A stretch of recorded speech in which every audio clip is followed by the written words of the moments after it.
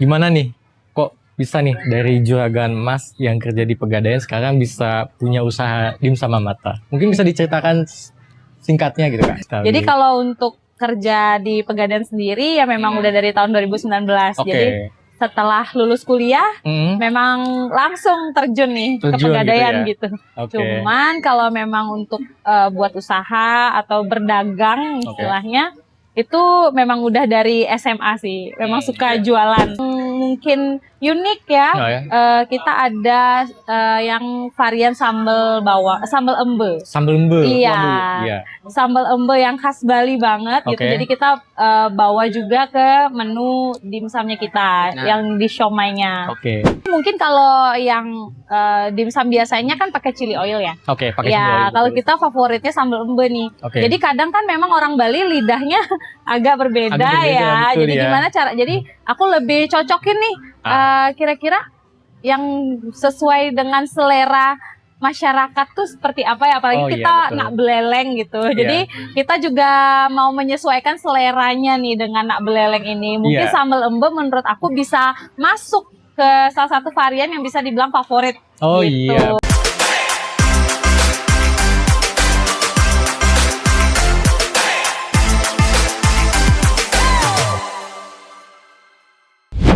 Jadi juragan Mas, sekarang jadi juragan dimsum. Halo Sobat Looters, gimana kabarnya? Kembali lagi di acara BBC, Bincang Bisnis Kreatif. Kembali lagi bersama saya, Willy Ogantara Sidi, dan pada kesempatan kali ini kita sedang berada di Taman Bung Karno ya. Dan di sini suasananya adalah sore hari dan bisa kita lihat sangat ramai sekali ya. Ada yang jogging, ada yang juga lagi mungkin berlibur dengan keluarganya gitu. Tapi pada kesempatan kali ini saya ditemani dengan salah satu pelaku usaha yang sangat menarik sekali dan juga sudah banyak yang melirik usaha ini. Langsung saja kita langsung ketemu sama narasumbernya. Halo. Halo. Ya, mungkin bisa perkenalan diri dulu Kak dengan Sobat Looters. Ya. Halo Sobat Looters, saya dengan Ista. Jadi saya adalah pelaku usaha, itu namanya Angkringan Mamata. Jadi menjual berbagai macam cemilan kekinian tentunya yang berlokasi di Taman Bung Karno Singaraja. Oke, ya jadi itu tadi perkenalan singkat dari Angkringan Mamata yang dimiliki oleh Kak Ista ya. Oke, nah Kak Ista, mungkin kita bakal cerita sedikit aja dulu nih Kak. Mungkin kalau kita lihat ya, Kak Ista ini kan sangat udah diketahui banyak orang lah gitulah ya. Karena kan Kak Ista ini juga bekerja di kantor Pegadaian ya, cabang Singaraja.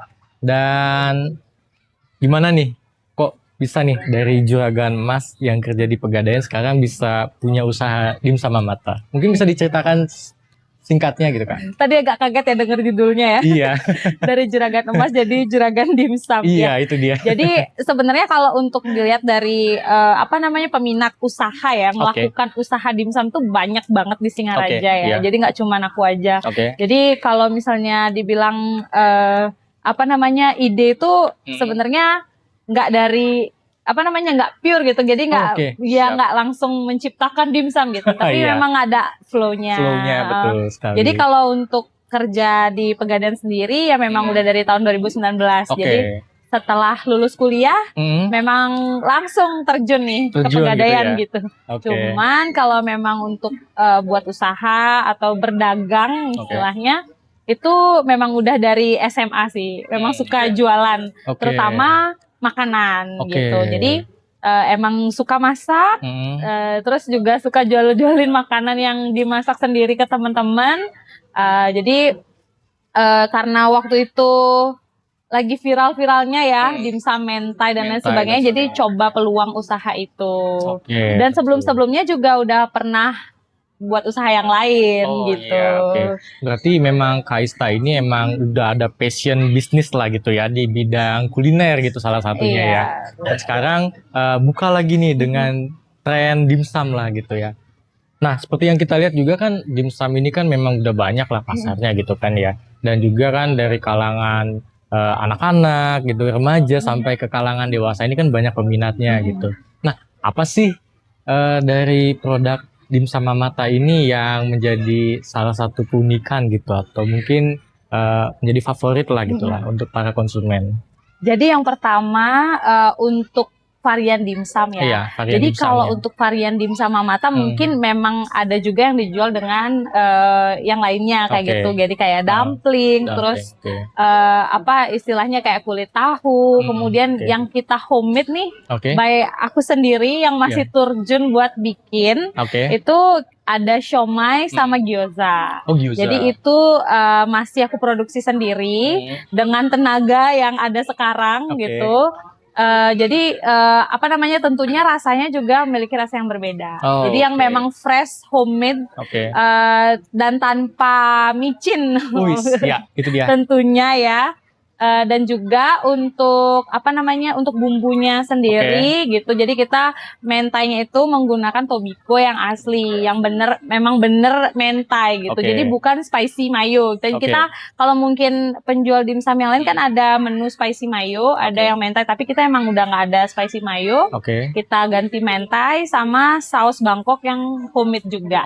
Iya, jadi aman, nggak akan sakit tenggorokan. Siap. Dan nggak akan mules juga ya. Kalau untuk apa namanya pembuatannya fresh gitu. Jadi dimsumnya itu nggak pernah bikin kita nggak pernah bikin lebih dari 5 kg. Jadi kita tetap porsiannya segitu. Dan itu fresh terus. Jadi ketika habis kita buat lagi. Kemudian yang mungkin unik ya, kita ada yang varian sambal bawang, sambal embe. Sambal embe. Iya. Sambal embe yang khas Bali banget gitu. Jadi kita bawa juga ke menu dimsumnya kita yang di siomaynya. Nah, ini menarik sekali nih. Jadi kan untuk dimsum ini kan sebenarnya kan makanan dari luar gitu ya. Dan apalagi sekarang sudah diciptakan dengan varian sambelnya gitu ya. Sambal khas Bali gitu. Jadi untuk yang sambal embenya ini gimana nih? Apakah itu sudah mulai dijual atau mungkin baru prototype aja gitu? Atau masih uji coba gitu? Kalau untuk sambal embe kita udah jual juga, udah buat setiap hari udah ready gitu. Jadi mungkin kalau yang dimsum biasanya kan pakai chili oil ya. Pakai chili oil. Kalau kita favoritnya sambal embe nih. Jadi kadang kan memang orang Bali lidahnya agak berbeda ya. Jadi gimana cara? Jadi aku lebih cocokin nih kira-kira yang sesuai dengan selera masyarakat tuh seperti apa ya, apalagi kita nak beleleng gitu. Jadi kita juga mau menyesuaikan seleranya nih dengan nak beleleng ini. Mungkin sambal embe menurut aku bisa masuk ke salah satu varian yang bisa dibilang favorit gitu. Makanya pengennya nanti juga setelah yang sambal embe ini berhasil, ya udah jalan juga, kita mau tambah menu baru menjadi sambal bawang mata. Wah, iya itu dia. Jadi makin bertambah gitu ya varian apa namanya untuk khas Balinya gitu ya. Iya, jadi dimsumnya bisa khas Bali walaupun makanan dari Jepang. Wah, gitu. Itu dia. Nah, Kak Ista, yang sekarang ada di meja ini apa ya ini ya varian dimsumnya ya? Ini yang chili oil sambal embe. Wah, yang chili oilnya ini. Jadi Sobat Blueters, jadi ini adalah salah satu dimsum yaitu adalah mentainya juga yang ini Kak. Mentai plus chili oil ya? Chili oil, tapi chili-nya ada embenya. Oh, ada sambal embenya gitu. Nah, Kak Willy mau coba mungkin. Oh iya, boleh nih. Jadi kita coba dulu nih sekalian kita review nih produk dari dimsum Mamata gitu. Jadi saya cobain ya. Oke, Sobat Blueters, jadi kita coba dulu ya.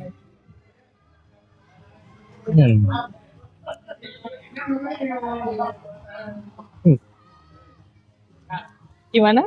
Buat rasanya, maaf ya ini saya sambil makan ya. Ini rasanya enak banget sumpah. Beneran? Bener. Ini rasanya enak banget. Apalagi kan pedas ya? Enggak. Kalau untuk pedasnya sih masih bisa diterima. Kemudian ini gurihnya juga dapat. Dan apalagi juga yang saya suka ini adalah mungkin kayak mentainya itu ya. Ada rasa creamy-nya ya. Rasanya creamy banget gitu.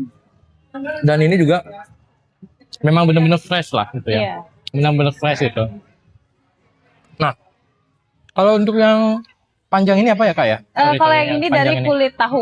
Oh, kulit tahu ya. Dari kulit tahu tapi ada ayamnya juga. Oh, berarti kayak sejenis kayak lumpia gitu bukan? Iya, kayak lumpia ya, kayak lumpia ayam tapi pakai kulit tahu. Oke, siap. Jadi ini apa namanya, ada mentainya, terus ada sambal embunya juga. Oh gitu. iya, oke, siap-siap. Jadi berasa ya chili oilnya kayak ada bawangnya. Nah betul, jadi ini chili oilnya memang berasa banget. Kemudian juga pedasnya juga masih bisa kita terima gitu. Sekali lagi ini memang benar-benar the best. Jadi Sobat Bluetooth bisa langsung aja nih kunjungi stand atau booth di Angkringan Mamata di TBK ya. Bukanya dari jam berapa, Kak? Kita buka dari jam 5 sore sampai Oke. jam 9 malam. Nah, buka dari jam 5 sampai jam 9 malam. Jadi jangan sampai kelewatan ya Sobat Bluetooth ya. Oke, mungkin kita lanjut lagi ya, Kak ya. Tadi kan kita sudah mendengar cerita bahwasannya kakak itu kan memang dari Pegadaian gitu ya, dan sekarang juga membuka usaha sampingan sebagai apa namanya, Angkringan Mamata gitu. Nah dari ilmu yang ada di tempat kakak bekerja di Pegadaian, apakah ada yang bisa diterapkan gitu di Angkringan Mamata gitu? Mungkin dari strateginya kah atau apanya gitu mungkin?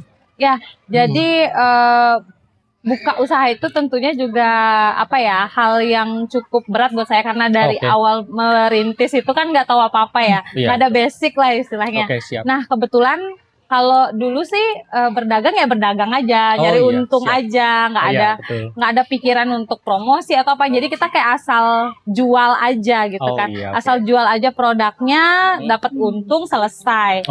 Nah kalau setelah bekerja nih di Pegadaian, kebetulan juga saya pernah jadi di bagian marketingnya. Otomatis juga kebagian ilmu strategi penjualannya seperti itu. Jadi memang banyak banget ilmu yang ada di Pegadaian yang saya hibahkan juga nih ke Angkringan Mamata, termasuk dari sistem apa namanya, karyawan, kemudian juga outletnya dan sistem penggajian dan lain sebagainya itu hampir copy paste sih. Jadi kayak saya, oh ya udah seperti ini ya. Jadi banyak juga. Jadi itu berpengaruh juga kan untuk kesehatan dari usaha tersendiri gitu. Jadi emang banyak yang copy paste dari Pegadaian gitu. Ilmu-ilmu yang ada di sana dibawa ke sini juga, benar. Jadi, dan juga untuk apa namanya bisa diterapkan lah gitu lah ya. Apalagi kalau dalam berusaha itu kan kita juga pastinya perlu rekanan ya. Jadi dari Pegadaian juga sih belajar banyak untuk mencari rekanan, kemudian promosi dan lain sebagainya gitu. Bagus sambil menyelam minum air. Iya betul sekali. Ini sangat bagus sekali nih informasinya Sobat Bluetooth. Nah mengenai apa namanya peluang gitu ya, peluang kedepannya. Apa sih harapan di Bersama Mamata gitu untuk apa namanya kedepannya gitu? Kalau untuk harapan saya ya tentunya untuk usaha ini tentunya yang pertama bisa diterima sama warga lokal ya, terutama Kota Singaraja, bisa diterima dengan baik dan juga bisa bertahan lama gitu ya. Walaupun ada mungkin yang namanya usaha itu pasti ada naik turunnya, ada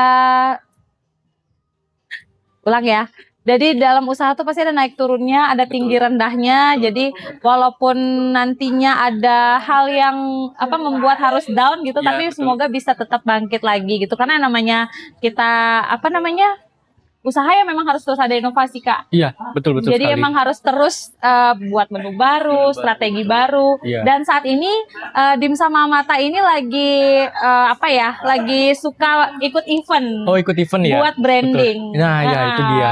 Jadi kan dengan mengikuti event kan secara otomatis kita lebih banyak dikenal kan gitu ya. Artinya sudah membranding secara otomatis gitu ya. Betul. Jadi kita juga dalam event itu nggak hanya berjualan aja, Kak. Kita juga bagi-bagi voucher. Oh iya, ada voucher ya. Nah, ini menarik sekali nih. Vouchernya ini seperti apa ini ya, Kak ya? Iya, jadi barangkali nanti juga boleh dibagikan ke viewers. Kita akan kasih 10 pieces voucher senilai Rp10.000. Jadi nanti teman-teman Pluters bisa datang langsung ke Taman Bung Karno dan menukarkan vouchernya langsung. Itu berlaku seumur hidup ya, Kak? Berlaku seumur hidupnya Angkringan Mamata.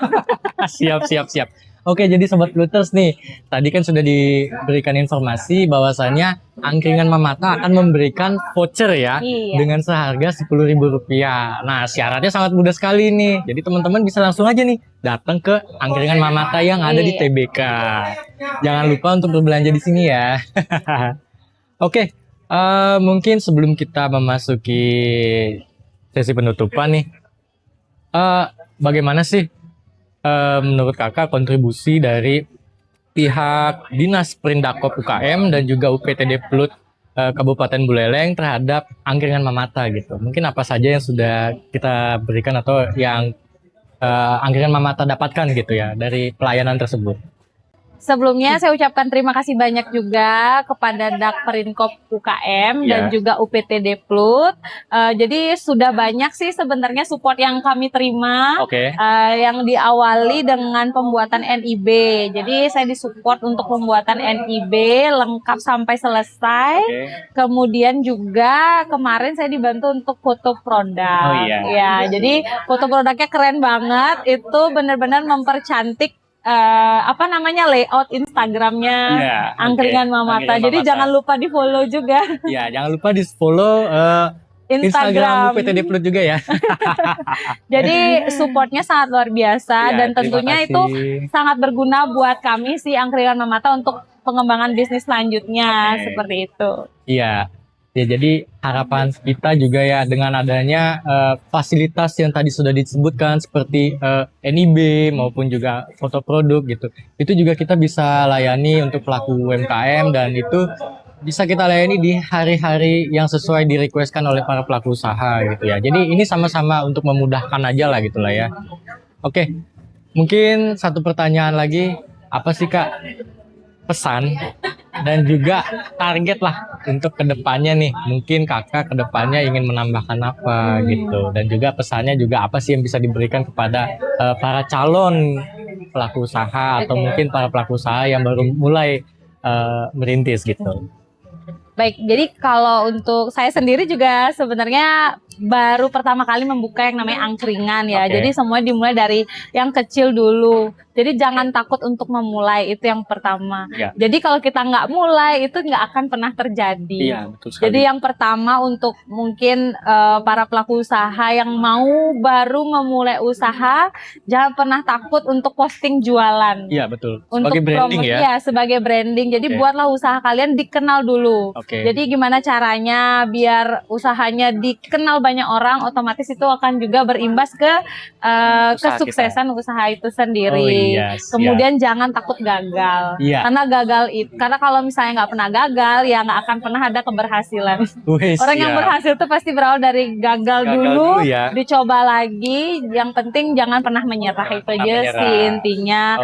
Dan kedepannya saya berharap sama seperti tadi angkringan Mamata semakin dikenal dan pengen nih buka angkringan di TBK yang menyediakan menu lengkap Kak. Jadi dari makanan pembuka sampai makanan penutup, saya pengennya semuanya ada di angkringan Mamata. Jadi TBK ini kan juga tempatnya cukup luas dan juga sudah banyak yang mengenal. Apalagi sekarang udah ada playground. Kemudian ini juga adalah tempat yang cocok untuk banyak hal, buat tugas, kemudian olahraga, kemudian nongkrong ya. Saya pengen nih di TBK ada tempat nongkrong yang menunya lengkap. Jadi pengen berbeda dari stand-stand yang lain. Ada makanan beratnya, ada juga cemilannya dan kekinian juga. Jadi semoga di tahun 2026 ini, jadi awal tahun ini mau mencanangkan hal itu dan semoga terwujud lah di 2026. Mungkin ini terakhir ya, mungkin bisa diberikan juga sebagai salah satu bentuk promosi angkringan Mamata, silakan.